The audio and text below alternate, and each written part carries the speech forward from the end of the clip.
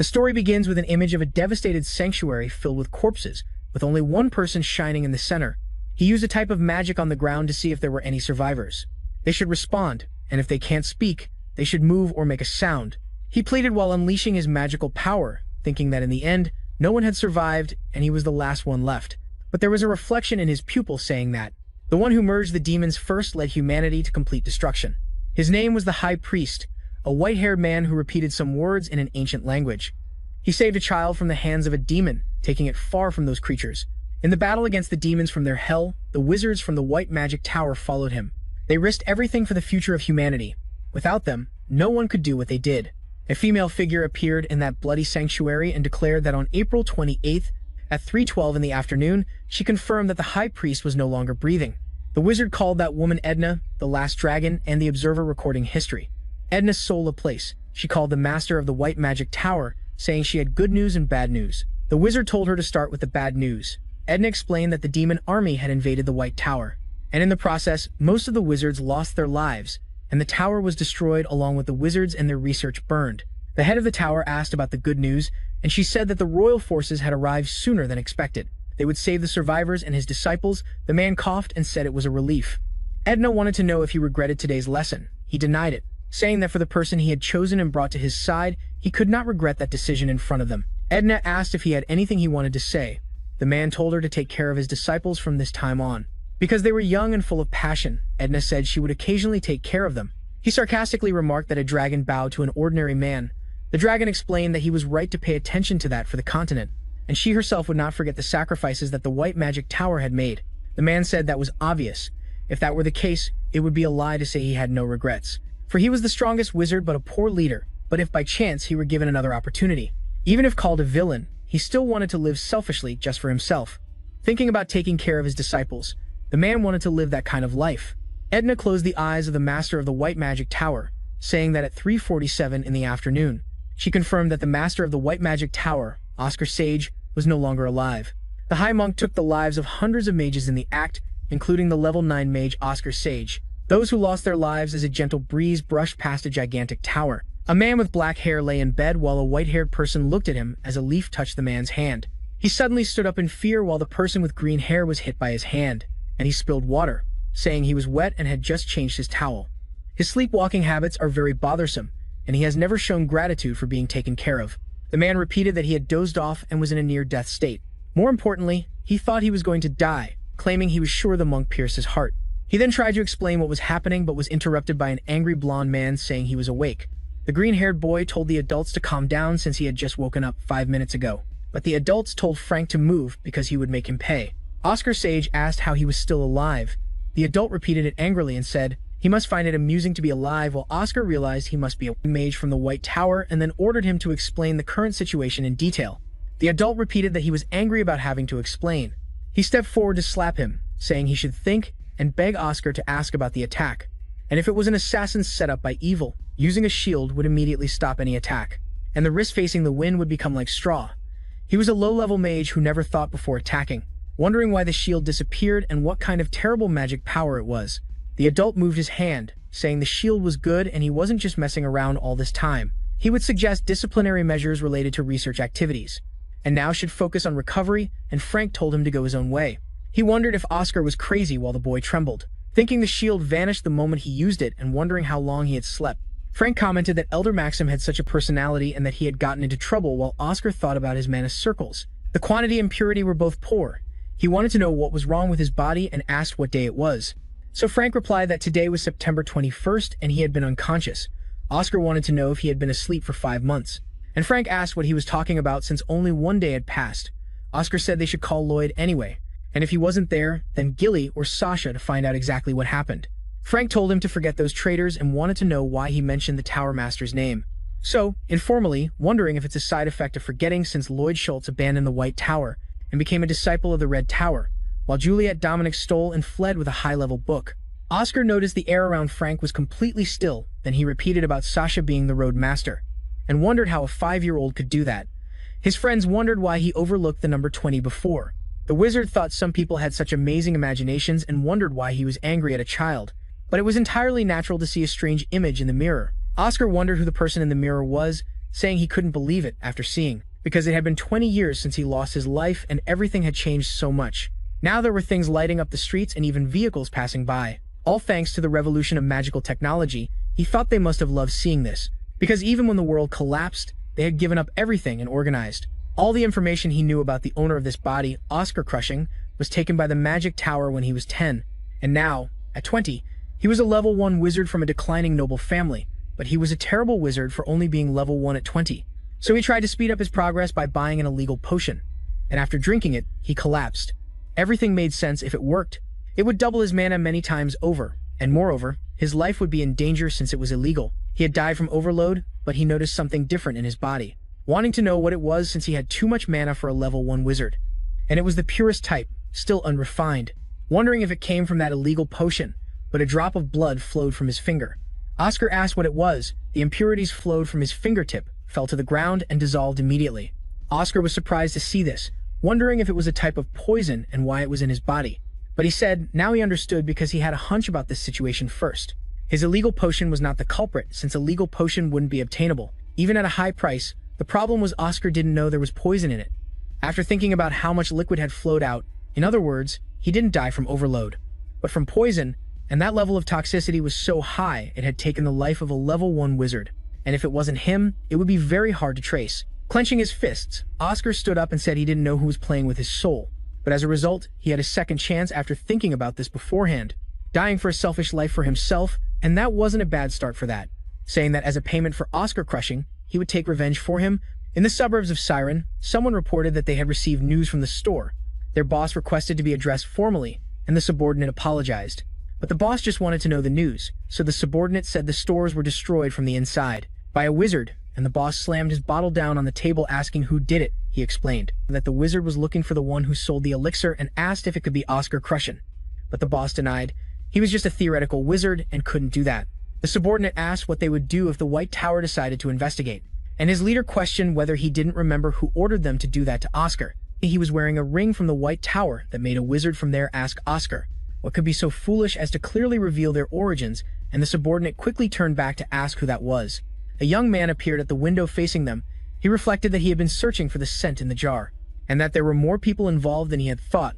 The boss asked if he really destroyed his store, and Oscar confirmed that he did, but he was curious about what the two were discussing. Requesting them to continue their conversation, the boss said he thought Oscar would pretend not to hear anything.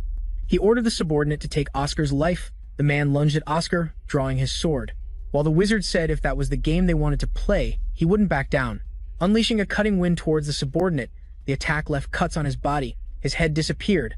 Oscar thought he couldn't believe that was enough. The boss shouted Bart's name. Aiming his weapon at Oscar and calling him a bastard, he fired 3 bullets at the wizard. Oscar remarked that this was a bit interesting using a windshield since he couldn't feel any mana, and he wanted to know what principle was being used to create such power. The boss shouted that he had stopped the bullet, and Oscar asked about the name since it was interesting, and he would return it to him at the right time, pushing the bullets back towards the boss. They pierced into the chest, abdomen, and legs of the man, causing him to fall to the ground. While cursing him, Oscar approached and said that all sound in the room had been blocked, so no one would come to save him. The boss asked, how could a level 1 wizard chant a level 5 silent spell, and Oscar said he used an audio link to prevent sound from escaping. But he would appreciate it if he answered his question and wanted to know who ordered the attack on his life. The boss told him to stop saying nonsense, but was interrupted by a kick to his face. Oscar remarked that his pride was worth more than his life and that it wasn't bad. Then he felt a kind of magic applied to his body. He began to feel intense pain all over as Oscar connected the wind to his body. It felt like thousands of needles were stabbing him from the inside, but he said he didn't like playing with other people's lives, so he should just speak up. The man begged him to stop and said he would tell him everything. Oscar agreed and removed the spell, asking him to reveal everything he knew about the patron. His boss said the patron gave him a type of tonic and some money to sell to Oscar at a low price. They accepted it, and Oscar asked what the man looked like. He said he was wearing a hood, so he couldn't see his face, but he was definitely wearing a White Tower ring. Oscar was suspicious of this, thinking it might be a strategy to deceive him, but the boss said the man had a unique scent. It smelled like fresh mint, and that was all he knew. Oscar asked what he would do after taking his life. The boss said it had been hard for the White Tower since it was separated from the 4 main towers, and he didn't know if they were investigating or not. Oscar asked what he was talking about. The boss wanted to know if that was something he was allowed to know. The wizard made an excuse that he forgot after taking the tonic, and the boss told him to get the documents. He searched for the documents inside the drawer and handed them to the boss, saying they were relevant materials. Oscar thought, starting with the White Tower on April 28th, had been marked as the White Night, because the High Priest had lost his life, and among all the towers, that was the worst.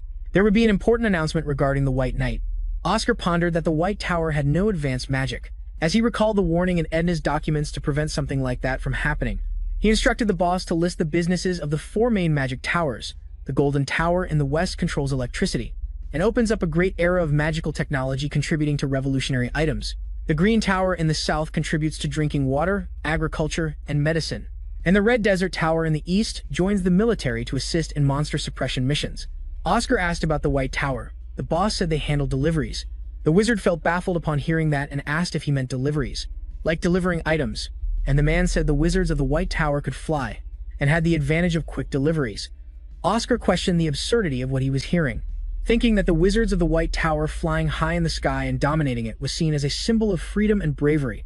Compared to dragons and eagles, Oscar asked who thought of that ridiculous idea, and the boss said that this is the current head of the White Tower, the mage reflecting that he must be his own child. He asked about agriculture and drinking water, and if it's medicine, not being the biggest profit source for a magic tower, and why the Green Tower dominates that. The man said that the Green Tower has exclusive types of medicine, and Oscar remembers that the White Tower used to be the largest but lost everything when their methods were destroyed. So the boss explained that they are currently selling water at high prices and bringing rain to drought areas. Oscar wondered why people buy pure water, and the man explained it's a recent craze among the rich. The mage complained that they're acting like clowns for a few extra coins and could just drink water from the well, reflecting that the Dark Magic Tower can't compare to others, and indeed the business growth of those towers is greater. The festival will be their last chance. The boss reminded Oscar about his body, and the mage thought he was dying from shock and blood loss. Oscar reflected that they had provided some useful information and wondered if he should save him, saying that the crime of arson deals in illegal goods, forcing to take money and even commission assassinations, and that he's basically trash, jumping out the window without saying anything. Oscar left and told him to be a good person in the next life. At dawn at the White Tower, he walked into a room and said he was tired, but couldn't believe that he was exhausted just from using basic spells and wanted to know what kind of body this was, and whether in his current state he could use that spell. The spell that made Oscar Sage the greatest mage in human history, the Library of Wind, but it faded away and he said he still couldn't use it. He needed to improve this body condition first, and started with a sweeping spell because he needed to read more information about this body. At the same time, his memories were in turmoil, although Frank had provided him with some information. But it was important to learn more about Oscar Crushing if he wanted to save this body. He is the heir of Count Crushing, and the sole survivor of the tragic fire at the mansion. The entire magical world recognizes him as a prodigy early on, and expectations are very high with every faction trying to recruit him. In 6 years, he entered the Imperial Magic Academy, but achieved nothing except for theoretical magic points with the excellent thesis he published. It was easy to prove he is a genius, wondering how someone like that is still at level 1. And that's due to bad luck, because he suffers from mana deficiency syndrome. Although he could have been a great mage capable of representing his generation, Oscar repeated about that syndrome, and if that's true, then it makes sense that he is only at level 1, because you understand magic better than anyone else but can't use it. Oscar said the scan is complete, told it to confirm the results and notice something different since you don't have mana deficiency syndrome. And Oscar, impressed, said it's not an illness, but someone has sealed your veins. Mana deficiency syndrome prevents a person from accumulating magic even with 20 veins. A person with that syndrome can't surpass level 3 because they can't establish a connection. So Oscar Crushing is a different case. His physical veins weren't twisted beforehand.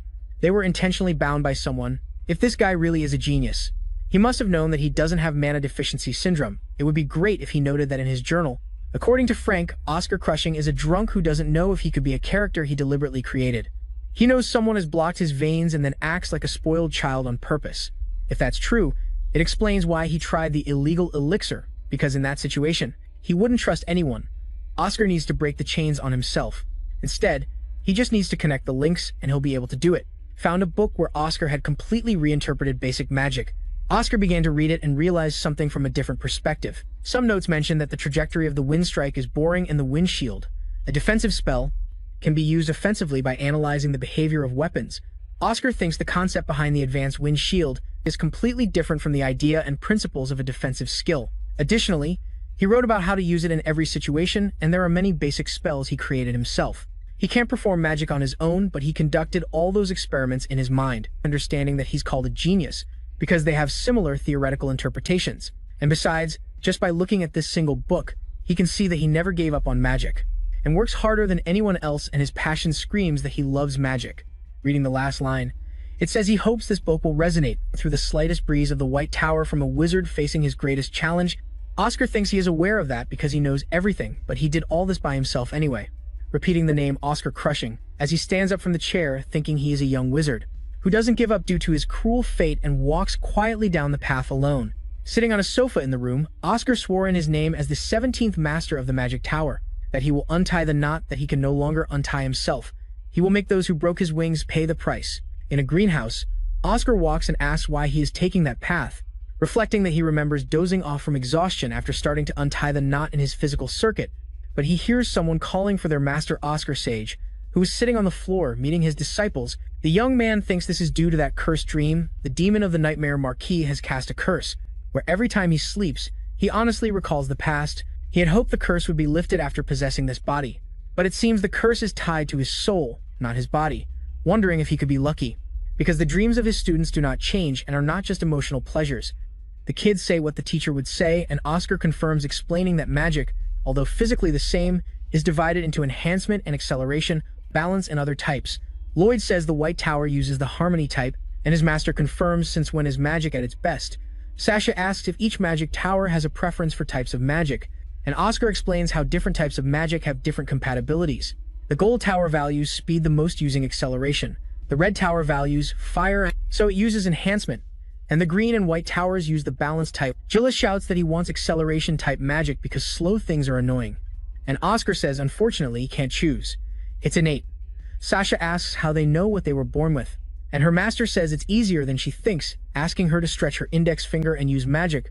The girl says this is her first time using that spell and it will take a little time, but her master does not rush her, so she uses the magic and says something is coming. Oscar says it's the harmony type. The girl asks if it's like her master, and he confirms. She smiles and says she likes it.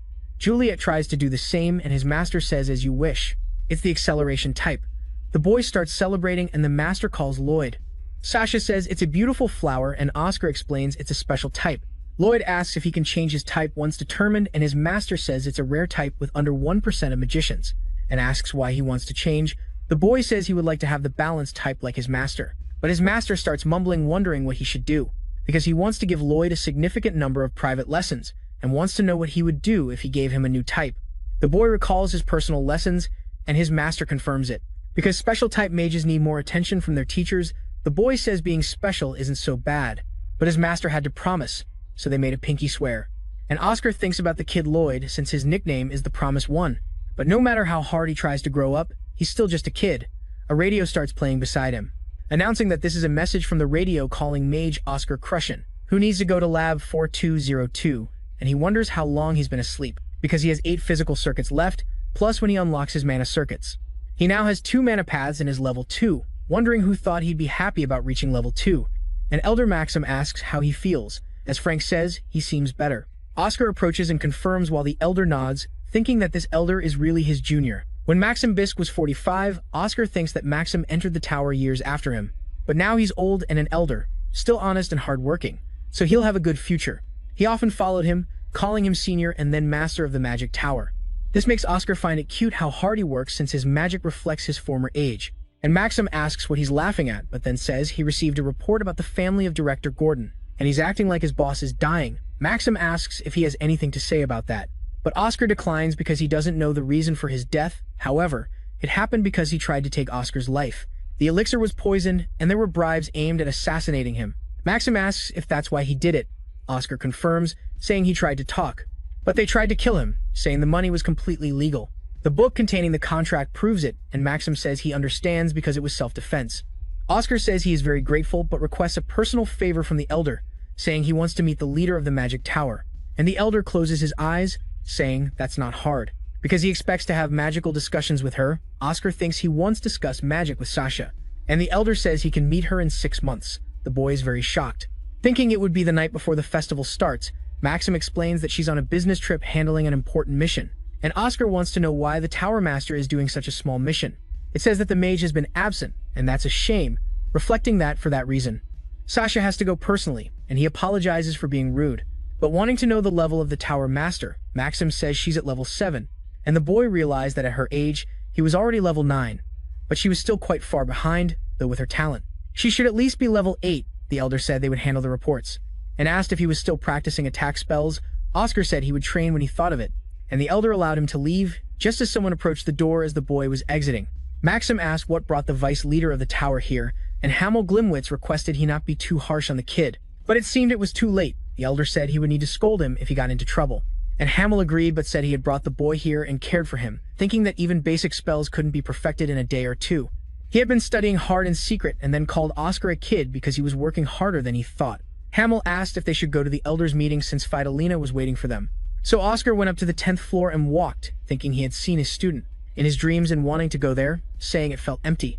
When a gardener approached, he said that it was young Master Oscar, while the boy asked who he was. The gardener introduced himself as Wilter and said he managed the facilities of the magic tower. It seemed that the rumors about Oscar's memory loss were true, as they used to talk a lot. Oscar asked how far those rumors had spread and questioned the meaning of calling him young Master Oscar. Walter said he had worked there since the previous tower master was Oscar Sage. The boy was surprised to hear that, saying it was a good way to distinguish them and he would start using it too. Then asked if he could still be his talking friend. Walter thanked him for the offer, but said it would be difficult since he would be leaving the tower soon. The boy asked him what he would do, and the old man said he had worked there for 40 years. He had served under 3 tower masters during that time, and his colleagues always changed, but he was the only one left in his department.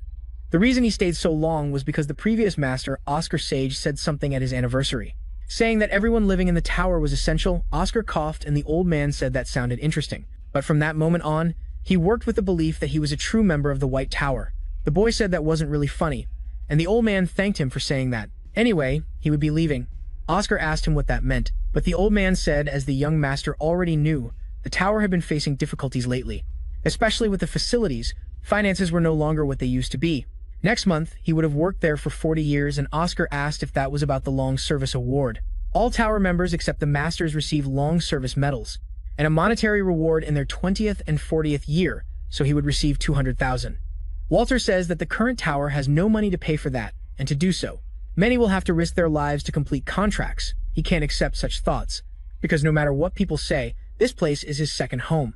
Oscar thinks he didn't know it was that bad, but he believes the Azure Tower is doing strange things to make money, wondering who underestimated their work when they learned how to make a lot of money. And they have gone ahead in history. On the contrary, he only has titles. War Hero, Savior of Humanity, these are honorable titles.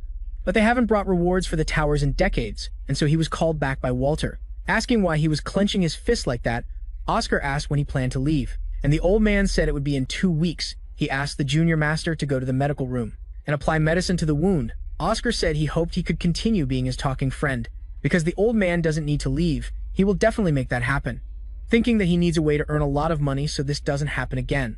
Oscar wonders how to do that, as all he thinks about right now is studying, reading books and contracts, but it will be a problem if the payments take too long, and he's still just a level 2 mage, so he needs a high-paying job and medicine is his only option.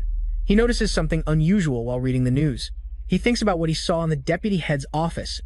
Elder Felina comments that they can't overlook this time, because it's fraudulent behavior, while Maxim says that's wrong, but the elder interrupts and asks what he means, and the old man says the culprit is contemplating that right now. Fidelina asks if he intends to let him go, because stealing is a habit that only gets worse, and Maxim asks her not to worry about that, because there's nothing to steal from their tower anyway. The woman complains that he dismisses everything she says, and tells him to put the boy in isolation, but the old man refuses, because there's no reason to put a level 1 child in that situation. Hamel says it's just as Elder Maxim said. Isolation training can be a bit harsh because it's just a disruption to the child's life. Instead, the boy should pay back 3 times the amount he used, and the elder asks if just 3 times is enough. And Hamel decides to move on to the next discussion topic, saying they have very little money, and they need to make decisions soon because they have many unused facilities. And if they sell the pharmaceutical production equipment, they could live well for at least 3 months. Hamel says he won't allow that, and the woman calls the deputy head. But he said this is a magical tower where witches come to learn magic and share knowledge. So there's no fresh air in a closed room, and they can't sell their future to satisfy their current hunger. The elder asks if they have a future, since they've been waiting for it for 20 years, and Maxim shouted her name. The woman told the deputy chief, to be honest, because even if there was a genius at that level to save the tower, he wouldn't come to them. Hamel tried to say something but was interrupted. The elder turned around and asked who they were, since they were in a meeting, and the old man told them to come in. Oscar greeted the elders and introduced himself, The deputy chief asked what he needed, and Oscar suggested something because he wanted to start a business. And the elder shouted about that because it was really funny considering he just stole research funds a few days ago, and now the witch wants to start a business. Oscar said he found an article while reading old newspapers, and mentioned that the 20th district is under quarantine due to a terrible flu outbreak. Emil commented that he saw that too, and everyone said it must be the Kadena flu. This is bad if it's really that flu. Currently, there's no cure for the Kadena flu, and in the past, the White Tower had a vaccine, but the formula was lost 20 years ago. Oscar said that's right, and the Azure Tower, which is dominating the drug market, could replicate it, and he wants to start. He said he wants to sell the Kadena flu vaccine, because the White Tower had a monopoly in the past and he wants to experience that. Vitalina said there's no need to listen to him. The Magic Tower, and the pharmaceutical company has invested a lot of money in laboratories, but no one can replicate the vaccine for the past 20 years. But a 20-year-old kid thinks he can do it. Oscar said everyone has failed. He's a 20-year-old guy, but still a genius above all. Vitalina became frustrated, saying he took $723,000 and added $25,000 for illegal medicine, while a farmer earns $20,000 a year after tax. But he's a genius who doesn't know what to do with the money. However, Hamel interrupted, calling Elder Fidelina, saying Oscar is there to propose an official investment. As a wizard of the White Tower and knowing that she's in charge of finances, but she acted rudely. The woman apologized for that. Oscar said he wondered why she hated him so much, but that makes sense, as she's the treasurer and he hasn't done anything in the past 2 years. After all, but he said he's sure about this and asked the woman to consider it, thinking the owner of this body and himself are different. Hamel asked if he was sure it was the Kadena flu, and Oscar confirmed, asking him to check page 2 of the newspaper. The adult read that Archbishop Baldwin had changed the plans for the pilgrimage, and Oscar said he would stay at Siren for a month to seek blessings, which is strange for staying a month in major cities.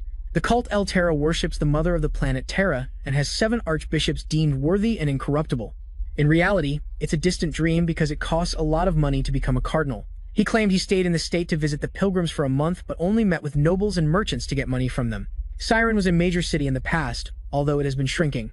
Maxim said he was right, and the reason might be the prayers for blessings. Oscar said that's why it's even stranger when they pray for barren lands. And as everyone knows, the Altera pilgrimage route has been chosen, Siren Mosque, Melbourne and Greenwell, but then they are expected to head to the state of Vince. Oscar said the Archbishop stayed in Knox for a month before coming to Siren, and if he wasn't mistaken, he would also spend a month in Mosque and continue to ask if it seemed like he was trying to avoid visiting Vince as much as possible, because if something happens during the pilgrimage, the people of Elthera would say they angered the goddess, and that's the word of an archbishop. Maxim commented that Baldwin knew the flu was Kadena and asked if this illness would take too long to subside, and Oscar said that's how it has been interpreted. The elderly woman said it was a good analysis, expected from a theoretical mage. But that's all for now. Hamel said he understood what he was saying but couldn't officially sponsor him. Because they couldn't find other managers to do it, Hamel said he would personally invest his own money this time. The elderly woman shouted about the tower's master, and Hamel said it was fine because it was only 30,000, and asked if that was enough. Oscar reiterated that he thought it wasn't enough, not even close, heading to the drug production room, saying now he had to go with plan B. He would make a simple vaccine with the money and get more from the Archbishop. He was the only one in trouble now because of the Kadena flu. So it would be easier to get money from someone desperate. Now was the time to prepare. Noticing something strange in front of him, a kind of red potion flowing from the vial, he said now was the last moment after completing it. He said it wasn't bad at all. He thought they said a true master always maintains their class. But he made a kind of energy drink just to practice and worried it would go wrong. Frank yelled that his back was about to break, and Oscar asked if he had found all the healing herbs yet. And Frank said clearly and wanted to know if he had something to drink. Because he felt like he was about to faint, the young mage handed him the energy drink, and his friend thanked him, saying it was tasty and warm. And asked how he made that. Oscar said the condition of the ingredients was excellent, and Frank said he picked the best ones and the seller got mad about it. So the wizard said with eyes like his, he could become a merchant instead of a wizard, and that person said he was thinking about doing that when the tower went bankrupt, but Oscar punched the ground, saying he couldn't control the urge to do it. Frank asked him what he should do because Elder Philomena had asked for his help. Oscar thought she was terrible in front of him and mentioned starting to move those materials. Thinking he didn't need an assistant, the White Tower was currently full of troubled kids, even though they had talent and they would be lost. But if these kids could grow, they would contribute a lot, and one of them was Frank, seriously, and he thought he was sharp. But he was becoming curious about this kid because this was the perfect time to confirm that. Frank said they were buying those herbs, but they were poisonous. The Valley Lily, Red Camellia, Ghost Mushroom, and Merville Leaves. Oscar said just because they were poisonous didn't mean they couldn't be used as medicine, and asked if he knew that. But Frank said they would soak the herbs for 12 hours. He said he was right, except for the issue with that method, because nutrients would be lost in the process, asking if Frank knew about the buns from the Yan dynasty, and the boy said yes, because he had seen them before, and to make them you need a smoking tool. Oscar explained that tool was used to detoxify herbs and would preserve nutrients. With that method, they would be able to extract 98% of the effects of the components, and Frank questioned why they could monopolize the medicines, and Oscar said that was something from the old days. Frank asked about the end of the detoxification process, and the wizard denied that, saying the components were just simplified to make the next step easier, because the process starts now by using air-drawing magic, and explained that now he needed to extract the toxins from the smoke separately, telling Frank to look closely there, but the rest of the smoke would have no toxins, and they would be able to gather toxins, with 23% from red camellia and 47% from myrtle leaves. There's a remedy for the Cadena flu, joking that it's very easy to make, and Oscar said now it was his turn to try. Frank thought it was easier said than done, because he didn't even know how to use many spells at once, and couldn't admit he didn't know how to combine spells, and asked about the spells. Oscar thought his mana control was unstable but not bad, but in the end that was it, asking if something was wrong. And Frank said he was teasing him because he still couldn't use the jade magic, because you needed to be level 4 or 5 to understand, and he was only level 3. Oscar said he would teach him. Frank asked if he would learn the secret technique, and Oscar said it was just about trying to divide the mind into parts. On the left he would perform ballet, and on the right he would cast spell B, encouraging him to try since he had nothing to lose, and Frank repeated the part about managing the parts. It dispersed the smoke into components. Frank shouted about it, and Oscar congratulated him for achieving it. The green-haired mage asked why they had kept this technique hidden for so long, and the young man explained it was due to their greed, reflecting that they didn't want to teach this technique because it took too much effort to train disciples for free. And it had become tradition, but on a bloody battlefield, tradition meant nothing, and to survive, sharing techniques was necessary every day. The White Tower now needed to teach interactively and exchange knowledge. Oscar thought he did well in enhancing the first vial, saying the boy was quite talented, and he didn't expect him to succeed on the first try. Frank said it was because he explained well, and the mage said he seemed angrier than before. Then the green-haired one bent down, saying they still had plenty of materials and should start with them. Oscar sighed, looking at his new friend, saying they had a large distillation machine and should extract everything at once, and the boy agreed. A few hours later, Frank was exhausted and Oscar counted a total of 514 vials. Maxim suddenly opened the door, saying there was a problem, and the boy asked what it was.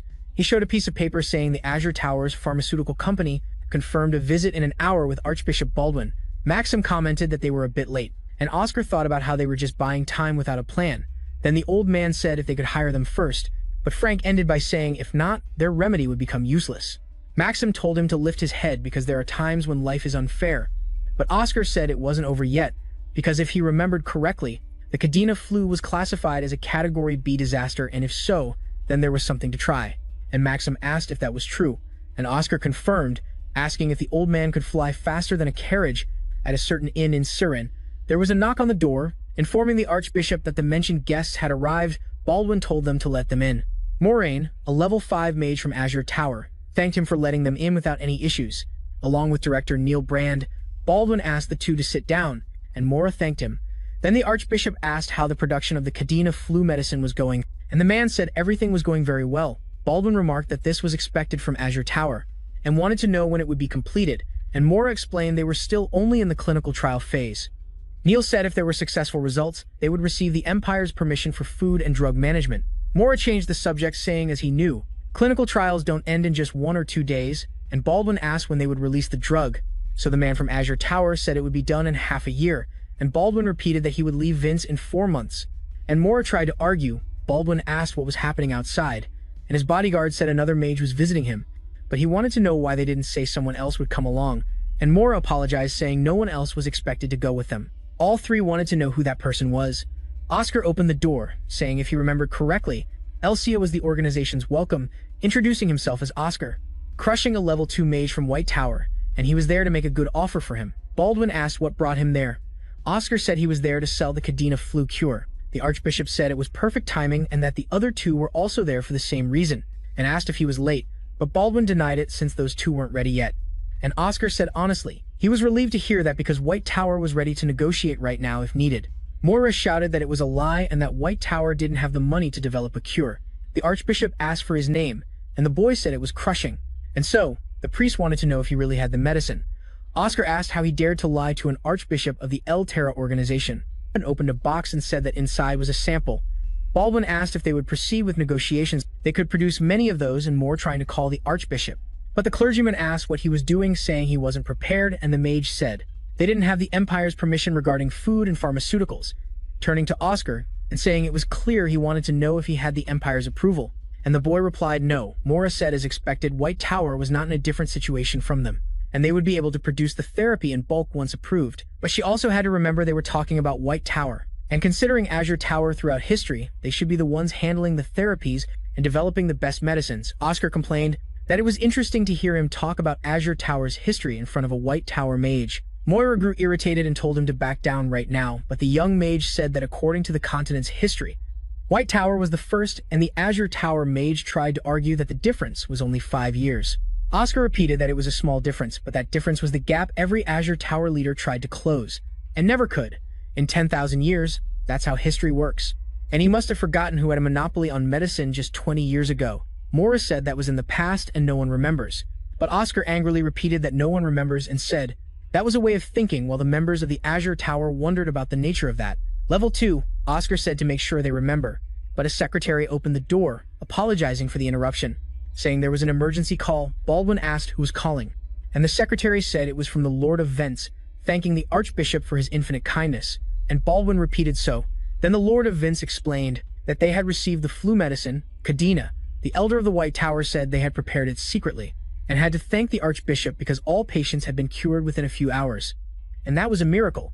Oscar began to smile. Then Baldwin said, "It's good to hear," and wanted to know about the side effects, and the Lord said there were none, and it was great, but wanted to know when they would receive the second batch because he had asked the elder of the White Tower. The elder said that it depended on the Archbishop. The Archbishop said that he would send the second batch as soon as it was ready, but it shouldn't take too long, and the Lord thanked him for that, ending the call. Baldwin asked if Oscar Crushen was the one who did this, and the boy replied yes, and everything seemed to be going well. Morris slammed the table and said that this was against FDA regulations and he would be punished. But Oscar refused because he probably didn't know the rules and wanted to know if he understood how to win a war.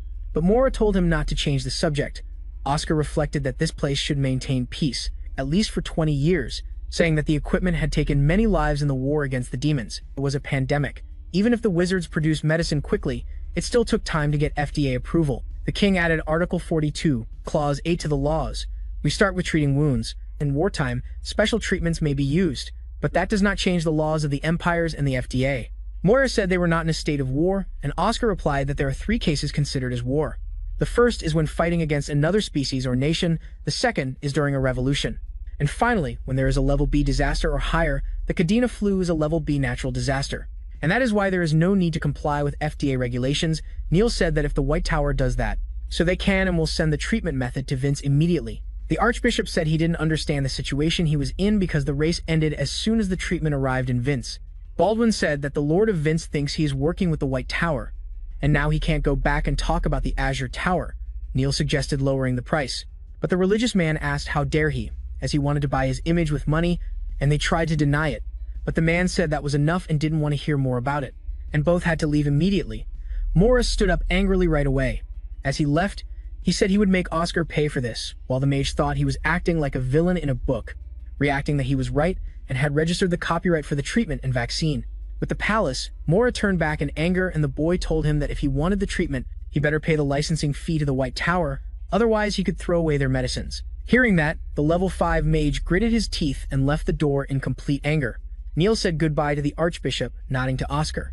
The boy felt something strange as a certain scent passed through Neil's body. He remembered the master talking about a unique scent because it was so fresh and pure. Like the smell of mint, that was all he knew. So Oscar looked towards the door in disbelief, and the Archbishop started to laugh, telling the boy to sit down, saying that they could finally talk because now they would discuss the price first. When the Azure Tower and Newtek had asked for 2 million, Oscar laughed and said if they wanted, they would only get 5 million. The Archbishop burst out laughing, asking if he was serious. A few hours later at the White Tower, someone asked what that was. The elder exclaimed in shock that it was 10 million, repeating that amount while Oscar smiled. Fidelina hugged him and thanked the boy. Maxim said he had trusted him from the beginning.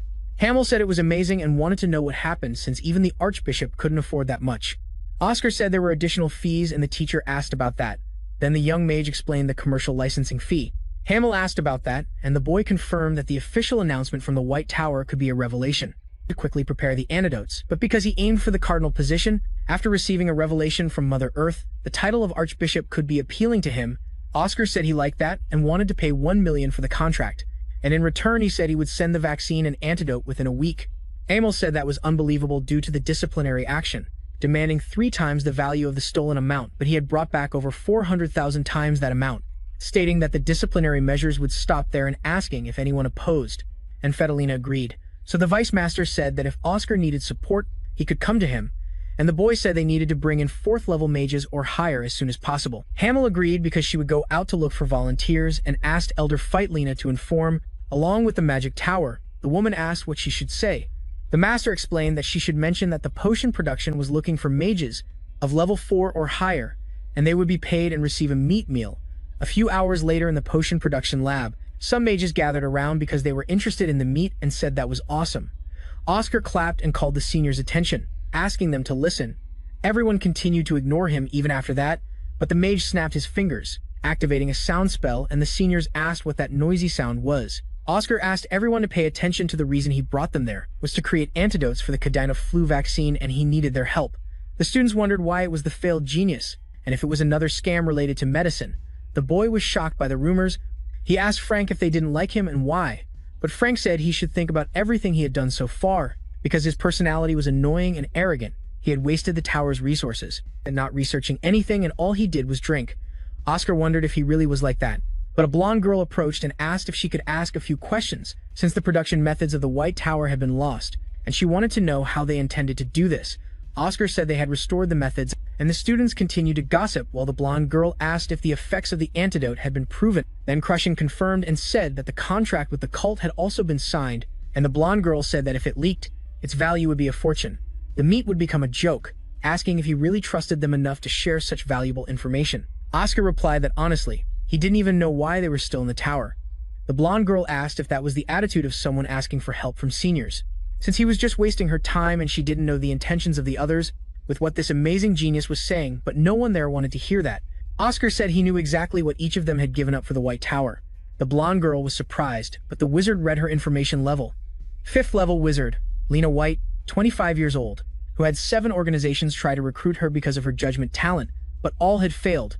He began to mention other seniors like Harak Dryan, 26 years old, and Descartes Rin, same age. Finally, he talks about Sophia Rose, 23 years old, skilled in alchemy. Oscar says that others besides those he mentioned also received similar invitations, and if such an invitation came to him, he wouldn't know how he could refuse. But none of them are abandoning this place. Lena asks if the elders know everything about this secret meeting. Oscar confirms they have no other choice if they plan this because none of them want to be a burden to the students. The White Tower is currently facing the coldest winter it has ever experienced. In this situation, they all choose to stay in the cold if he can't trust people like them. He wonders who he can trust, but if they don't like it, then there's no reason to help. Frank complains that he's just pretending, but Oscar continues to say that the juniors have to work. His friend yells that he's talking about him, and Oscar tells Frank to hurry up, as he just needs 2 of them to get started. Lena stares at the boy while wearing safety goggles, then she coughs and steps forward, and asks if she should wear these safety goggles. Eric asks what they need to do to get started, and Sophia tells the others to start right away. Frank says he must be dreaming if he thinks Oscar can convince everyone just by talking, and the wizard says it's not that bad, but he prefers to remind them beforehand that the meat won't be pork, and the students start guessing if it's chicken or rat. The wizard says it will be beef, and everyone cheers in excitement. And so, vaccines and antidotes have been created, reaching 140% of the initial target. A week later, Oscar walks to the greenhouse but notices the petals on the ground, wondering if it's something old Walter did because he surely has returned. And he's sure Hamill found him and brought him back. Then he starts reading a newspaper, while sitting at a table in the greenhouse, stating that the territorial events announced the end of the pandemic 2 days after the Cadina flu antidote, and Oscar being crushed is considered a candidate for peace building. The boy thinks everything is going according to his plan as Frank approaches calling his friend, saying it's unbelievable because vaccine orders are skyrocketing, wanting to know if he saw that list with the desert territories, the orders, and even the royal, where millions no longer mean anything. And Oscar says people need the vaccine. Frank says the fever will cool off, and the wizard says he's smart for knowing that demand is limited. The green-haired guy asks who will buy the vaccine later because it will take years. Oscar replies that he doesn't need to worry about money, because he has prepared the medicine for every level of demand, and Frank shouts loudly that he actually has a plan. And that's the tears of the stars you hear in the crushing rumors saying no. Because the types of pills they will sell are low and medium quality, and it's not time yet. The tears of the stars are famous rebirth pills from the White Tower, miraculous enough to bring someone back from the dead. And the creation of them would be amazing. Oscar thinks it only makes Dan Tynus, trying to steal the production method because he's protected by the Archbishop's shield. But he needs to become stronger, so he says that now, as mentioned, they should seek the exact materials, and Frank says he never mentioned that. Oscar lists lanthanum and peas in the stem, and Frank complains that it's really hard. But the wizard says those are their specialties, while the green-haired person disagrees, saying that hasn't been true for a while and it's been a long time since the herb fields disappeared. Frank complains that Oscar must be crazy for actually coming here without trusting him. The green-haired person complains that they are walking when there's a carriage, but the young wizard says that the carriage doesn't go that far and they should wait a little longer. They've walked 10 miles and are almost there, and Frank asks why he's using a unit that doesn't exist anymore. Oscar asks if they no longer use miles, and his friend says that distances are now measured in meters since the war, and pounds have now become grams. Crushing thinks they've also changed pounds and they're harder to calculate. But doing all that makes everything more interesting, and he likes miles and pounds when they existed. Frank says there's a cabin ahead, wondering if anyone is around. An old man opens the door, asking if they walk there. Frank says yes, because the carriage only took them to the gate, and Oscar wants to know what it is when a carriage full of men in suits approaches the cabin. Parking in front of the flowers while a man in a suit asks the old man if he's ready to sell his land. Today, the old man angrily steps out of the cabin towards the man in the suit, wondering if it's not time for him to stop being a fool, and the old man replies that no, unless he's offering that wretched castle, Dever Pavlov. The businessman says that such actions were cute in the early days, but if he lives like this, no one will recognize him. Ivan, the herbalist, says that it's none of his business. Dever tries to say that he's doing this for him, that he should quickly sell and enjoy a comfortable life because land prices will drop soon. However, Ivan responds that it's funny because with him around, the licenses for the factories will never be granted. The businessman stays silent for a few seconds but tells his people to hurry up. Then while walking back to the carriage, he remembers something, saying he stepped on some herbs on the way and should pay for them, throwing money back on the ground. Dever commented in the car that the people near the old man are from the White Tower, and asked what they were doing there. The subordinate said it was herbs because they made a lot from the vaccine. The businessman asked how much they had made, and the subordinate handed him a newspaper, saying it was a lot. Dever read the news without saying much, but slapped the subordinate on the head, complaining and asking why he only mentioned this now, thinking that if the old man got support from the White Tower, he would have to refuse to sell land for many more years, and that couldn't happen, because it would make things tougher for him. So he called his subordinate, who replied. Dever asked if he still had contact with the mercenaries he reached out to earlier because they would pay them, and the subordinate asked which team was assigned because they might have recognized them. But the man slapped him on the head again, saying they just needed to take the old man's life and mark him as missing to seize the land, thinking it would look a bit suspicious. But he also had support, and the subordinate asked what would happen if the White Tower stayed at the herb farm, because if the 4 main magic towers got involved, it would be harder to deal with Ivan. But Dever asked if there was anything that could happen, because the talk about the 4 magic towers was old.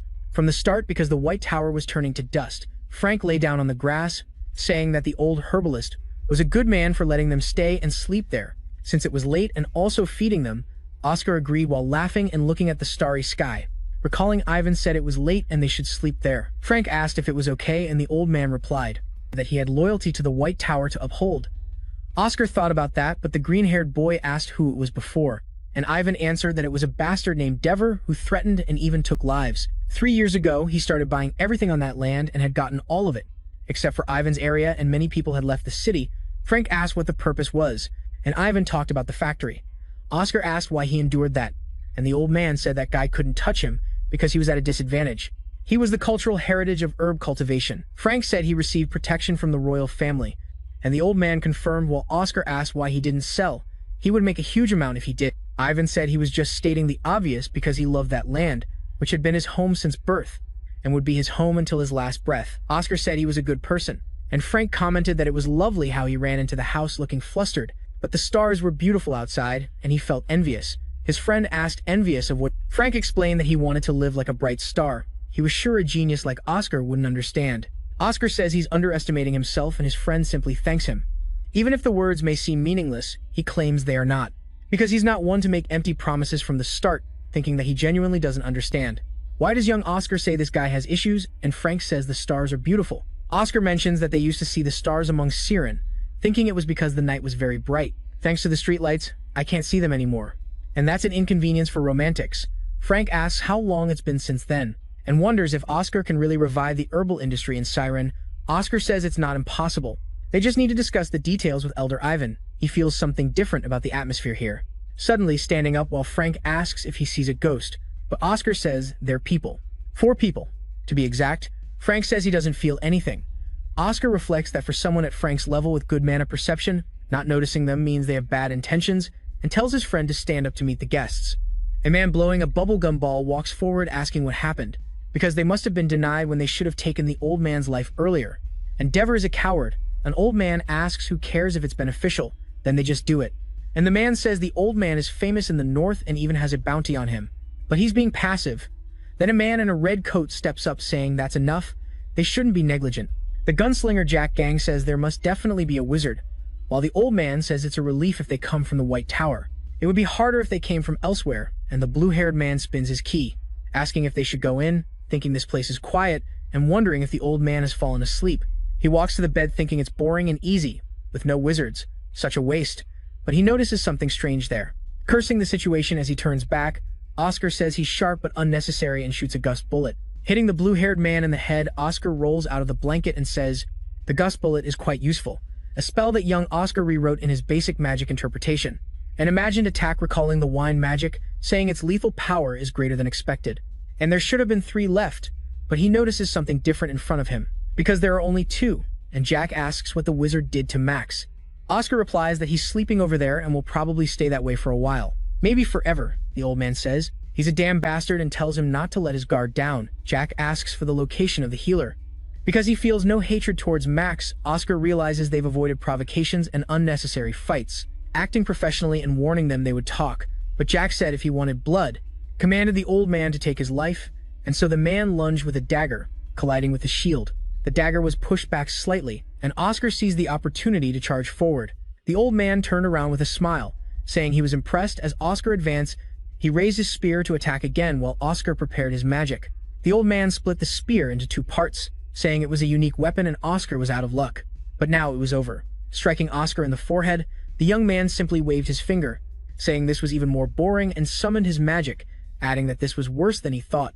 The wind attack rushed toward the blade. The old man thought, no way. In a situation where he was caught off guard, he wouldn't be shaken, but instead, Oscar shot with finesse, breaking the blade. Oscar commented that a unique weapon meant nothing if it wasn't new. However, he noticed something different. Oscar instinctively backed away as the old man said he was falling after just winning. A weapon was ready to fire, hitting the old mercenary in the head, then lunged at Oscar, lightly injuring his face, as Jack warned that it was a waste because if Oscar let his guard down a little longer, he would have lost his life. Oscar asked about his teammate, but Jack said he was his subordinate and could be easily replaced. The wizard thought that's why the criminals were so terrible and asked what that toy was. Jack said he would be sad to call it a toy because it was very expensive. Oscar said that acceleration and piercing magic were the 3 spells imbued in the weapon. The red-haired man asked how he knew. Oscar said that's why he couldn't block it. Jack said he was arrogant but talented enough to prove it, asking if he wanted to work with him, saying the salary was very good, and Oscar declined while standing up because he thought his head would start itching. And Jack said he was right, but there was no need to talk anymore. Oscar hid behind the fence, wondering how the old master of the magic tower had been since he escaped from the weapon named. Since his wind bullet was slower than the ammo, the battle was at a disadvantage. He only had half mana left, and the only chance was during the time Jack was reloading, because after firing the bullet he had to reload, taking 1.4 seconds. The man walked across the field wondering where the mouse had gone, and Oscar said he only had 1 bullet left to finish this in 1.24 seconds, so he used acceleration magic to rush toward the man. Jack turned to the wizard saying he was really fast, but a human couldn't defeat this Trinity, and then shot into the windshield of the young man. Jack said it's over, but his bullet curved around the shield as Oscar continued to advance towards the man. Jack wondered how that was possible since he shouldn't have been able to dodge the bullet with the acceleration magic, wondering if it was because of the shield, while the young man pointed towards the man's forehead. Jack asked how a low-level wizard could do that. Oscar wondered if he would understand if he explained it, then sighed deeply about what had happened since he had used a piece of annoying equipment earlier, wondering if they would call Trinity the 3 spells attached to the weapon. His weapon was unimaginable, as it would be very hard for Oscar to fight against it any other way. Since he had used friction to reduce the durability of the magic on the windshield, the outer layer was flexible and the inner layer was hard, so the bullet couldn't penetrate the barrier. and if that hadn't worked, he would be the one lying on the ground. So when he returned to the tower, he would study how to use magic and modern weapons, feeling the limits of his frail body. Because clearly, he needed to save Frank safely, and Ivan before that. There was a guy he sensed from the start, and since he had dealt with 3 of them, he hoped Frank wouldn't get caught and could wait a little longer. The wizard told the elder to go ahead, and Ivan asked about him, and the young man replied that he was a bit strong because he couldn't fight him properly there, but he would catch up soon. Ivan agreed to the request and told him to be careful. The mercenary asked if he liked the goodbyes, and Frank wanted to know if he wasn't pursuing the old man. The bandit said he had sent the old man thinking he could survive since he was his target, but he was curious why people feared the wizards from the 4 main magic towers. Then he drew his sword and said he wanted to take the wizard's life first, charging forward. Frank shot several wind blasts at the mercenary, but they were blocked by a slash from the man's sword. The man said that was too easy. Then he tried to stab Frank in the chest, telling him to do something interesting. Asking if that was all that a wizard from the 4 great magic towers could do, he noticed something strange. As he felt his sword pierce through something non-existent, there was something odd when Frank gripped the sword, creating a wind strike right under the man's neck. He fell to the ground as Frank apologized, saying that his body was a bit different with a strange sound in his chest. Frank reacted in surprise as the body fell to the ground. Oscar observed the fight from afar with his weapon, thinking that Frank was a special kind of wizard and that it was the wind god allowing Frank to turn any part of his body into wind. Because physical attacks had no effect on him, this kind of ability couldn't be defeated without magic or an aura blade. He only read about this in books, and those memories came from the 7th master of the tower, a special wizard with innate magic, but he never thought Frank could have it. This caught his attention. Frank asked when he came here, and Oscar congratulated him for doing well, as he had been worried. But he asked where Ivan had gone for Frank to win like that, and the young man recalled the old man asking him where he was when he should have been back. Oscar reflected that if he trained Frank properly, his abilities could surpass dozens of high-level wizards. So he explained where Ivan's energy came from, and the old man thanked both of them, saying that without them, he wouldn't see another tomorrow. And Frank wondered about what he did since it was all Oscar's, but the wizard denied it, because he had lost to the swordsman, and without Frank, everyone would be in danger. He repeated something in Latin. Frank felt embarrassed hearing it, saying that everything was over, but Ivan didn't completely agree. Because Devoir isn't the type to give up easily, and if the assassin doesn't work, he would find another method. Frank asked why he was so obsessed with that land, and Ivan said it was the best and largest land in Siren. The fertility of Siren has decreased over the past 8 years. Magical engineering factories have emerged and dump waste into the rivers daily, making the land worse as the fertility of Siren's soil cannot recover. He has no energy to grow herbs. Oscar said he had a question for the old man. He wanted to know about the loyalty he held to the White Tower, mentioning the promise of the 4th master of the tower, Reynold A's, and Ivan asked if he knew about that. That was a story from the herbalists of the past. Their perception of them was very different, and they were called witches because the herbs that had no effect were known. They boiled them in pots and sold them, so the healers stayed away from others and lived a nomadic life. But a savior appeared before them, a renowned figure in their eyes. The 4th master of the White Tower, Reynold Eyes, told the herbalists to come to Siren, where it would become their eternal home and that of their descendants. Oscar added that they wouldn't be seen as conquered there. Ivan said he had said something truly moving, and the boy said he had read about it in a history book. Reflecting on the old book of the Tower Masters, the old man said that afterwards, herbalists from all over the continent began to gather in Shuren, and it was the first time the nomads had a home. The White Tower had given their ancestors a home and pride so that they would never give up the White Tower. Oscar looked at it without any reaction, thanking him for his efforts. Throughout this time, saying that the White Tower would stand by him from now on, Ivan asked what that method was. Because if the royal family thinks they've attacked a cultural heritage of humanity, they will act immediately. But they can't leave because the royal family is slow, and if Devoir attacks with full force, but Oscar interrupted, saying the royal family will act quickly since he's signing a treatment contract for the flu. With the royal family at Devoir Powell's office, he ordered his staff to hurry because he had messed up the job badly. It's heading for bankruptcy, and after they flee, his subordinates will be in heaven. But then the door was kicked open, and some soldiers ordered them not to move. The captain introduced himself as Walker, the supervisor of the royal family's Ministry of the Interior, and said he must be Devoir Paul because he was arrested for attempted murder and bribery. For the crime of unlawful appropriation and damaging cultural property, Devoir said they had the wrong guy and he was a good man. But Walker told him to shut up because they would be the judges, that the man in the suit thought he couldn't handle this himself, and if he could contact that person, he would be able to get out of here. He asked if the guards could give him some time to smoke.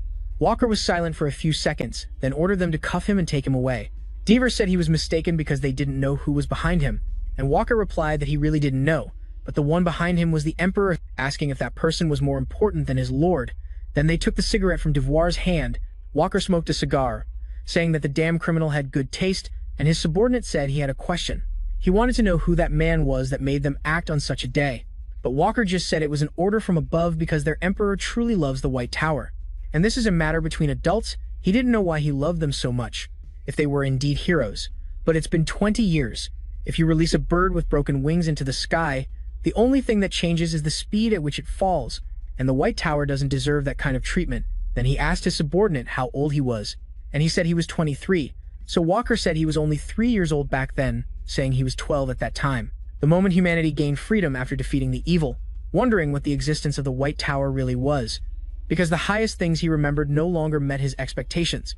Then he said they should leave soon because they had one more place to visit, and his subordinate complained that he thought this was the last stop of the day, but he wanted to know their destination, and Walker said they would handle it and go home, because they were heading west to stop the factory's waste, reflecting that something had been added to his mission, and he doesn't know about the White Tower. Oscar is extinguished and Frank is serious, but he will repay them for dealing with the shooter Jack gang.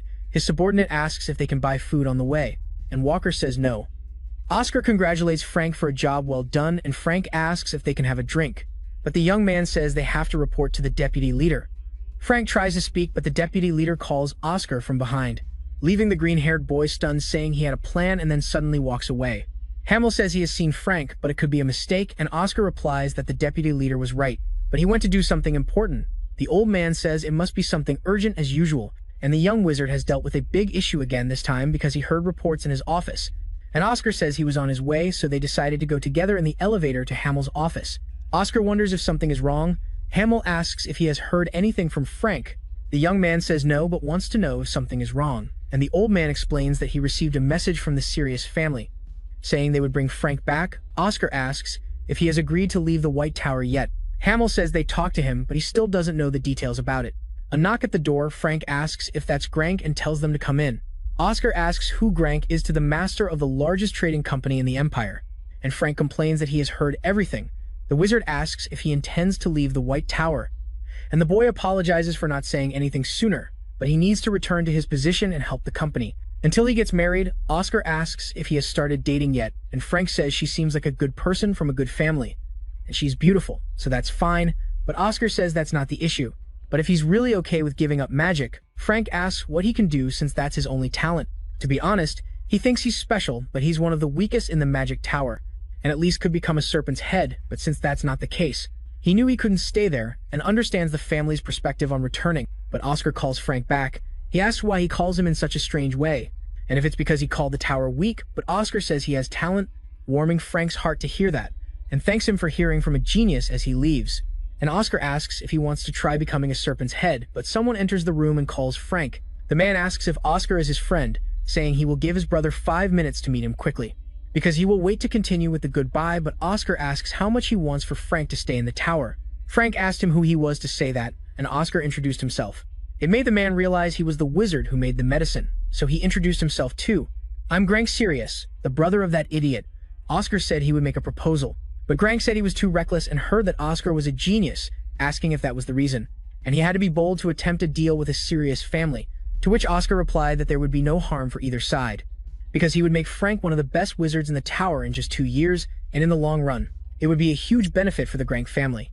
He repeated that and asked what the penalty for failure would be, and the wizard said he would forfeit 50 years of profit from the Cadena flu vaccine. For Sirius, the old man asked if he had the right to do that, and Oscar confirmed he was noteworthy to the vice director of the tower. Frank asked if the reason was that Frank deserved it, or just because of friendship. Oscar replied that it was obviously because he was extremely talented, because he intends to restore the White Tower's reputation in less than 5 years, and this is just the beginning. And to do that, he needs Frank Sirius, because he is essential in the new White Tower he envisions. Grank said he was young, but for a merchant, there was no reason to avoid the folly of an enemy, but he would add one condition. Oscar said his proposal was already good enough, and Grank agreed, but said there was something he forgot, because a human merchant values trust more than money, and he would not make a deal with anyone until they prove themselves.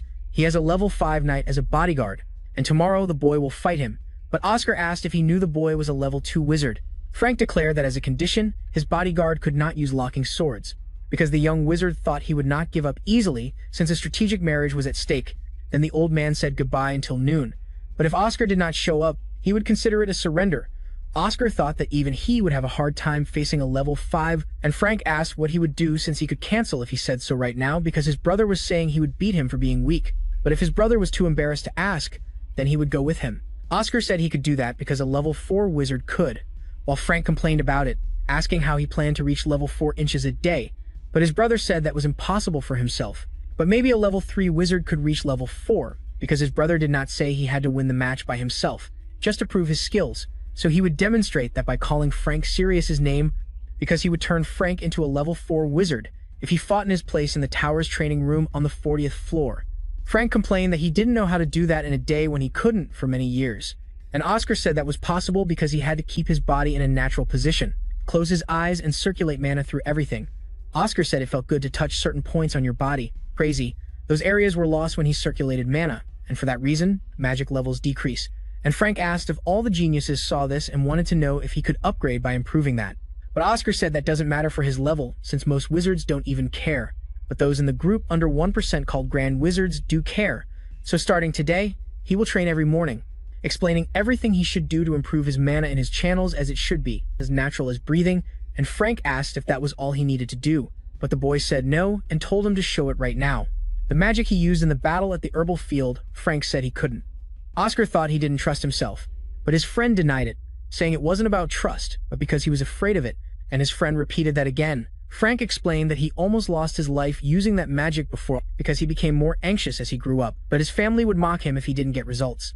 As a wizard, he thought he could do something others couldn't replicate, saying if not just a part of his body, but if his whole body could turn into wind, he would become extremely powerful. But that was a reckless thought, because at first, he thought it would work, but then he noticed something strange. His whole body was turning into wind and disappearing. It was a failure. And after half of his body turned into wind, his mana went out of control. He screamed for help if not for the tower manager passing by. He could have lost his life and even his existence, feeling his soul shatter into a million pieces. He never wanted to feel that again.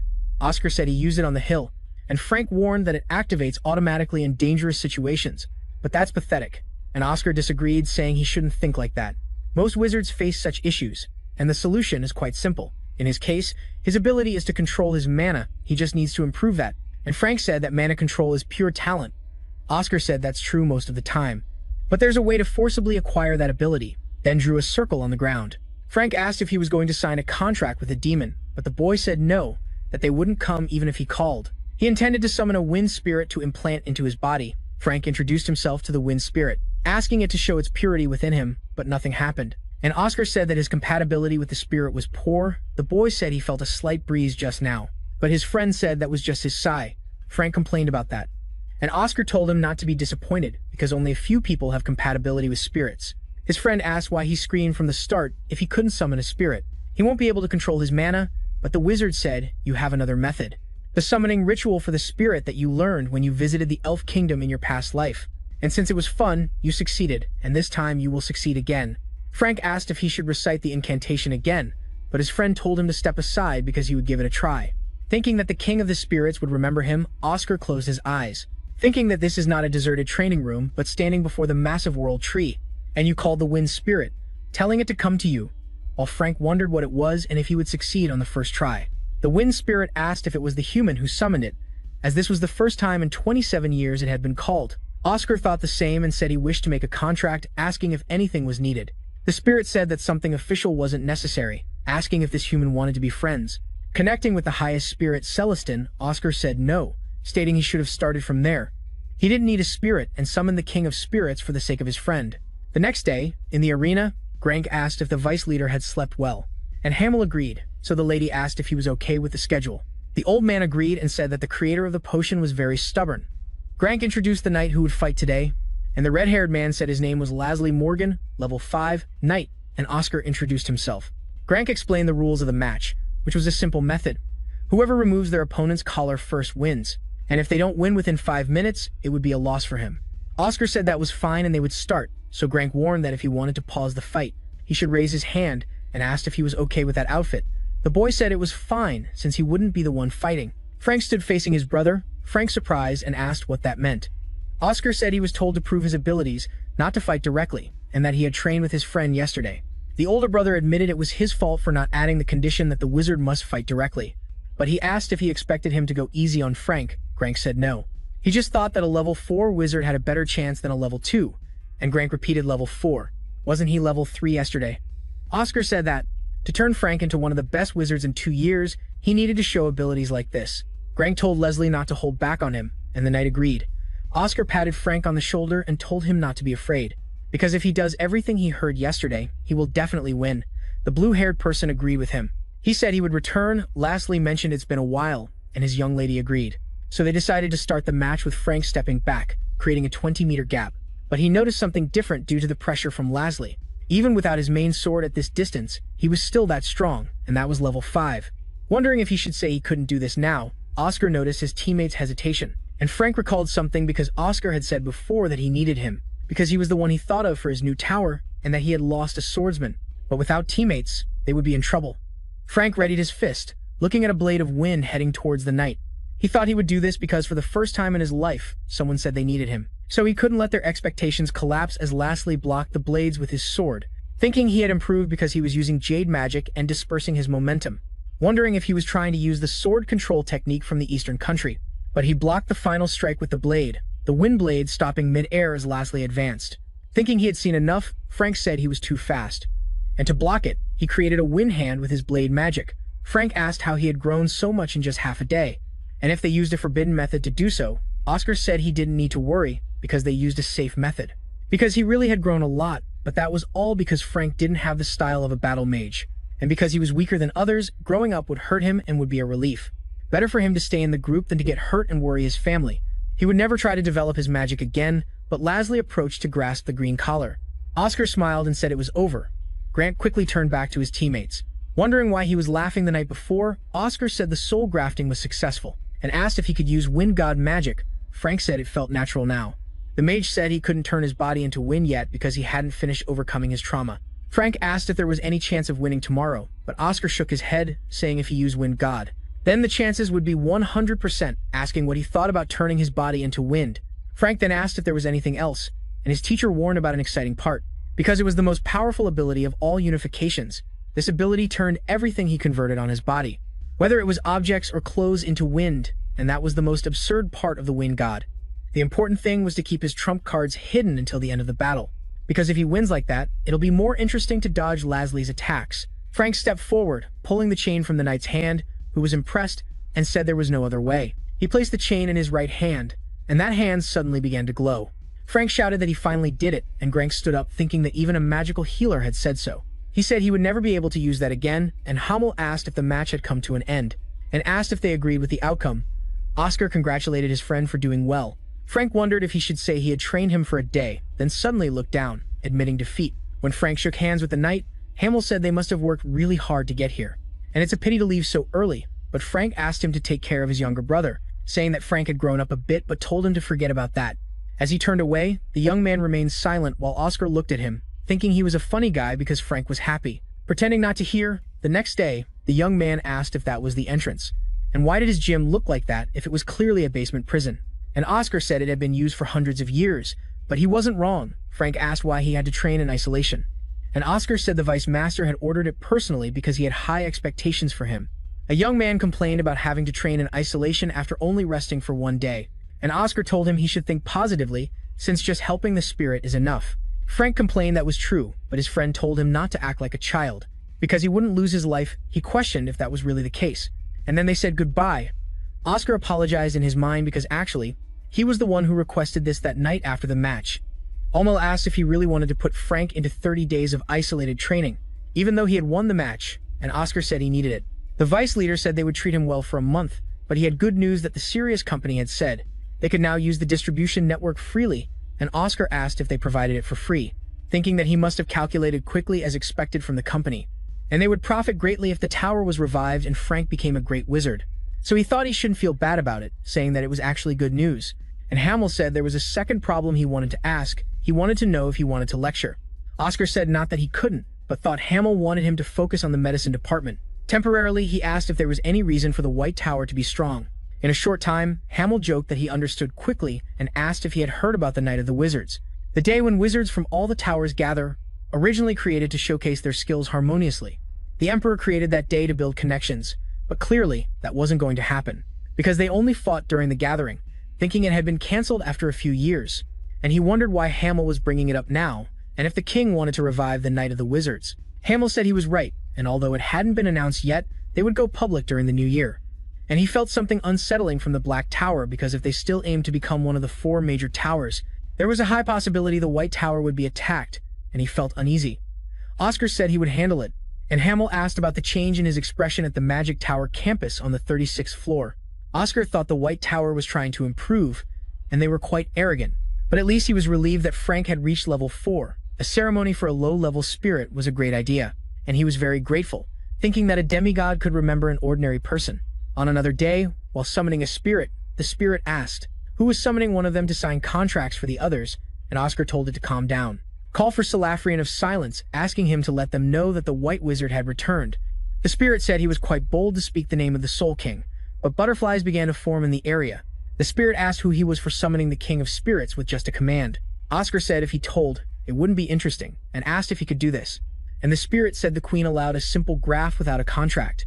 The wizard said that was enough thanks to her, but the spirit warned that she had told him. To remind Oscar to keep his old promise, the young man thought she didn't need to worry, because he would keep it and save many families of the White Tower because of that, but he would pay back with interest. With a presentation about reinterpreting basic magic, but before that, he needed to take care of his family.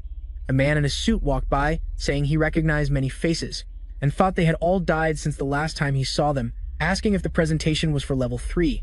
Since he didn't see anyone above that, and his colleague asked if it was because it was a basic lesson, and the senior wizards were busy. A girl said perhaps that was true, that the White Tower had more money, and she heard the lecturer was invited by the Vice Tower Master himself. That place was also under the Empire's supervision. And her colleague said the lecturer must be important, and she couldn't wait, but someone told them not to make him laugh, because doing this in a lecture hall, no one uses this speaker is Damien with pride, the only son of the proud nation. The girl remarks that Damien is being too negative, but the boy says it's an investment and prepares a lecture like the other magic towers. It won't just be about reinterpreting basic magic, asking if he can't just look around at the 32 people there, because only one of the low-ranking people didn't come, and that would be a great lesson, as he said. So he's sure that the level 2 geniuses will also come. But something interrupts the conversation, silencing the room. The blonde boy thinks he can't hear anything. In all this silence, Oscar walks into the room saying it's nice to meet them because from now on he is the lecturer, who will teach about reinterpreting basic magic. Oscar makes the students think that the lecturer is level 2, and Oscar says many are disappointed by the fact that he is the presenter, thinking that he's aware. And it's ridiculous for a low-level magician to be the lecturer, and he must feel guilty for not using magic. Oscar says if any of them have regrets, they can leave right now, because they are no longer students of the academy under the master's control. But he has one condition. They must prove their ability to show they don't need to learn this, and the time limit is 10 minutes, and during that time they have to say they won't attend his class. Asking if that's a real test, the students complain because he made them unable to speak, and now telling them to do this, and that it's a test because he's level 2, so surely it's not silence, but it could also be manageable. In other words, he's saying that if they can't undo the magic and speak, they should join the class.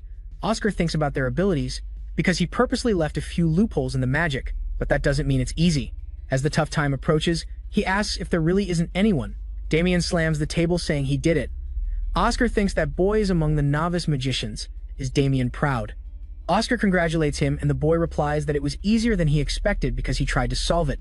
Slowly, the time ends and the magic is undone while Oscar tells everyone to keep quiet, because time is up and only Damien passed. Damien speaks clearly and he doesn't need to attend the class, and so the teacher agrees. The prince thinks he let him off too easily, and genuinely curious about what he will learn in this class, Oscar thinks he's still a kid, and he can see everything he's thinking, so he says he will receive a reward for being the only one to learn a spell, asking which basic spell he likes the most, and Damien says it's the Wind Slash. So the teacher told him to experiment, and the students grumbled that it was a hassle when he used his magic. When asked if that was enough, Oscar said it was good and he would teach him a wind technique today. Damien asked if he didn't see that thing floating in front of him, but the teacher said that by his standards, it was an incomplete copy and there were 2 issues when holding a knife. He said that this magic wasn't made from wind and asked what Damien thought wind was. The kid answered that wind is moving air. The teacher said that water is still water even when concentrated, and fire is still fire regardless, but wind is air in constant motion. And that's why he couldn't create the wind technique properly, just like water will rot. Magic made from air won't fly if it loses its shape, so they must always be vigilant. Because the White Tower is where wind is handled. In other words, magic must always be in a state of continuous flow. Otherwise, as he pointed out earlier, it will be easily destroyed. Demian asked what the other problem was, and Oscar said he had lost too much magic when performing that spell. And it would help a lot if he reduced his usage. If his magic reached a certain level, he could learn a lot just by observing his opponent's magic, like their personality, asking if that sounded invasive. Also seeing a bit of their past, and since he came from a proud family, he naturally tried to mimic their wind techniques. But before he could learn magic properly, it was tough to mimic the wind technique because this is one of the hardest basic spells, and he had used more mana than necessary, and that habit continued to this day. Oscar said that since he figured out the cause, he would have a perfect wind technique if he fixed the issues. But he had lost a student from his class, and that was a waste. Damian continued walking and asked who said he would leave. When he returned to his original seat in class 3 weeks later, the students were talking about rumors about Oscar, saying that he is a perfect teacher. A classmate asked if that would help someone at an intermediate level, but the boys said that some level 4 and 5 students were participating. The student asked if they should go along, and the one with green hair said honestly, he had been waiting to hear that and they should leave early since there were still 7 people in the class. Class starts at 9 a.m., and they should arrive early, because if they come late, they might not be let in. All the students in the cafeteria were still sitting quietly and then suddenly stood up, ready to go. Everyone in the class wondered why there were so many level 4 and 5 mages. In a basic magic lesson, even Elder Maxim was there, but that level was more like an academic magic workshop. Oscar walked into the room and greeted everyone with a good morning, saying that the magic they would learn today was important. So it's great that they're here, the students cheered excitedly. And the teacher said that this magic was essential throughout their lives as wizards. It was basic wind magic, which the students thought was the most fundamental of all. They learned it as soon as they entered the White Tower. Maxim said he was only there to observe, but he felt curious and had to ask if Oscar was really teaching wind to all these people. The teacher confirmed and asked if the elder could demonstrate the magic. Maxim used wind magic. Pushing all the students back, he asked if that was enough. Oscar thanked him and then asked student Annie Raven to perform the same magic. The girl asked why, when there were people better than her, but she still performed the wind magic. The student said it felt completely soft and warm. Oscar asked if anyone could differentiate between the magics. The students guessed about the strength and range, but a student in the back spoke up about the nature of mana. Oscar said that Veronica Fricks was right when she said that. There are differences in the nature of the mana they produce, and that's interesting because throughout the process, from formation to execution, it is the same. One of them is hot like desert wind, and the other is soft like a spring breeze. The difference is huge. It's hard to consider it the same type of wind, and he wanted to ask another question. He asked who understood what the nature of mana is. One of the students talked about the 4 types of mana. The teacher said that's a different concept. They differ in the understanding of mana, and they must learn the roots of the White Tower, in other words, the balance. And he asked why white and blue are its representations. A student guessed it was due to the characteristics of the elements, and Oscar confirmed that the red and yellow towers are powerful and fast, but lack harmony because only wind and water can be hot or cold, representing balance, and the clear distinction of the white and blue towers lies in how they represent balance. For example, the condition to boil water is simple. Standard atmospheric pressure requires 100 degrees and a little time, and that's simpler because making hot wind is easier than boiling water. Accepting that is even easier than changing nature like a chameleon. Making the room cold, the wind is freer than any other element. It can create a strong force, like the fire of the red tower, fast as the lightning of the gold tower, or take on a free form like the water of the blue tower. Moreover, the blue tower cannot mix water with oil, but wind has no limits, and depending on the wizard's imagination, it can have any properties. Only wind can harmonize with anything in this world, and as a result, the White Tower mages must become aware of how they think and feel about the wind, asking what kind of entity they believe the wind is. That's the main point of today's lesson. A colleague next to the elder called out to him. While Maxim whispered about the wind, Oscar told him to wait before doing anything. As the elder continued to call the wind to him and the teacher objected, Maxim insisted he was sure, and that was definitely right. While Oscar said he shouldn't touch it because everyone should step away from him. To avoid interrupting the elder's enlightenment, the students asked why it was suddenly like this. Oscar explained that Maxim was experiencing an awakening, and so the elder opened his eyes. The young man asked if he was okay, and Maxim said he hadn't reached level 8 yet, thanking Oscar for that, but saying since he was the teacher there, he should be the one to thank him. The young man said it was nice to hear that, thinking it would make his lessons easier in the future, and no one below him would try to attack him. Thinking the best part of all was about Veronica Fricks in the middle of the crowd, because he had caught the attention of one of the troubled kids he had read about in Oscar's journal. The next day, the boy passed by the tower, thinking Veronica had said. There was something interesting in the training room, and the reason she was acting friendly was that she liked the lesson, and he knew she had looked at him with pity for not knowing about the gym. He approached a place and wondered if that was it. because he had heard that 3 out of the 13 training rooms were like this, but the colors of the doors were different, wondering if it was special because they wouldn't do this. If it wasn't a magic door that only opened when touched, Oscar looked up. Talking about the different sensations, a welcoming voice message greeted him, introducing himself as Argo, the next generation training system, and Oscar thought the training room used magical techniques, and those bastards from the Golden Tower had certainly taken all the money. While Argo said he would receive specific training if he registered his information, but he refused, he would train as someone without a record, and had to decide the training level since there were 100 levels in the program. And he could train at his own standards. Oscar said it started from level 1, and the system understood. 3 orbs appeared, instructing the mage to use physical or magical attacks to destroy the 3 orbs, and if he used an area spell, it would be cancelled. But the boy destroyed them easily and thus passed level 1.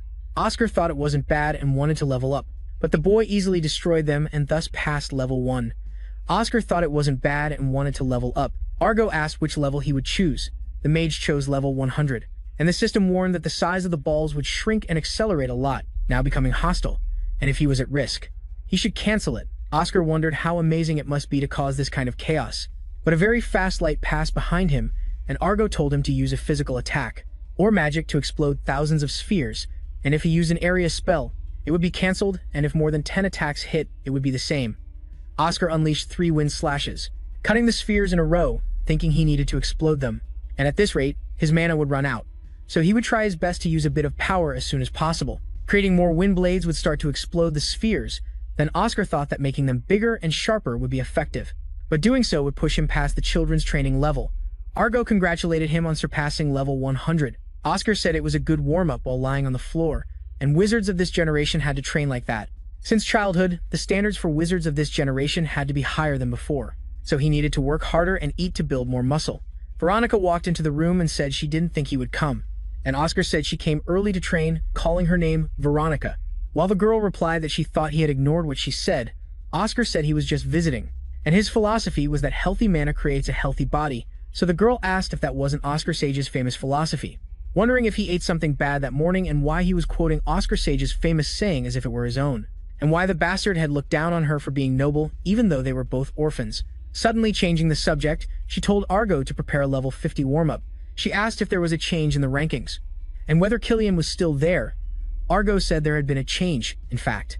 The girl told him to show her, seeing the name AAA and wanting to know who he was. But Argo said due to privacy regulations, he couldn't tell her. The girl wondered if he was an elder, but denied it because you need to be under level 5 to have a rank. Yet he broke the monster's 10-minute record. Argo said he was the first, but the girl asked who he was. However, for personal security reasons, the system couldn't say. She wanted to know if it was Oscar who crushed it, but Argo repeated the answer. The boy walked through the halls, wondering if he would be in pain soon. But he encountered Elder Maxim on the way. Oscar greeted him, and the Elder said this was the perfect time, because he had something to ask him since Felina said the merchants weren't buying their medicine, and it was surely due to Azure Tower, but as a member of the production team, he should know about that. Oscar walked away in frustration, thinking about those bad guys, and wondered why the coffee line was so long that day. A student commented that it was an email from the post office, 1 to 5, wondering if he had heard that from today they would be giving him a raise. Oscar wondered if they were delivery workers, and his colleague commented that they finally had some time to rest. Mr. Chin reflected that delivery was definitely not a big market because they had to use many workers without making much money, or have any real power, and the only benefit was getting ratings from citizens. The red-haired delivery worker said the elders had fed them because they had worked hard. This caught Oscar's attention. He politely asked them if they often ran into people while delivering. The delivery workers confirmed that they did because they needed a signature on the container to prove they had delivered it properly. The wizard said that was a great help and thanked them, then ran off. Hamill summarized the student's information, asking if he wanted to deliver to people's homes, and the wizard agreed. The old man said that since the merchants were inactive, they should target consumers, and their medicine wasn't used daily, but Oscar said he was making a new type of medicine. Hamill repeated the word innovation, and the young man said he couldn't call it that, because it was a mid-level restorative medicine, highly effective in the White Tower, and they could gradually adjust this medicine, dividing it into 4 types based on age and gender. Oscar began dreaming about the properties of each type of medicine in the 4 categories to better connect with citizens. A few days later, an old man sitting in the square said he was older and didn't have much energy left. A delivery worker approached and said it was nice to see him again after yesterday, because he had a letter for today, and the old man smiled, saying that his friends were still alive. The delivery worker then said those people were from the Centennial generation. The old man repeated that he was only 80 and felt his head getting heavier. because he didn't have much energy left. The delivery worker asked why the old man didn't try this, handing him a bottle of medicine and saying it was the latest product from his magic tower, a tonic called S0. Our video ends here. If you liked it, please like and subscribe to the channel. See you next time. Goodbye. Special thanks.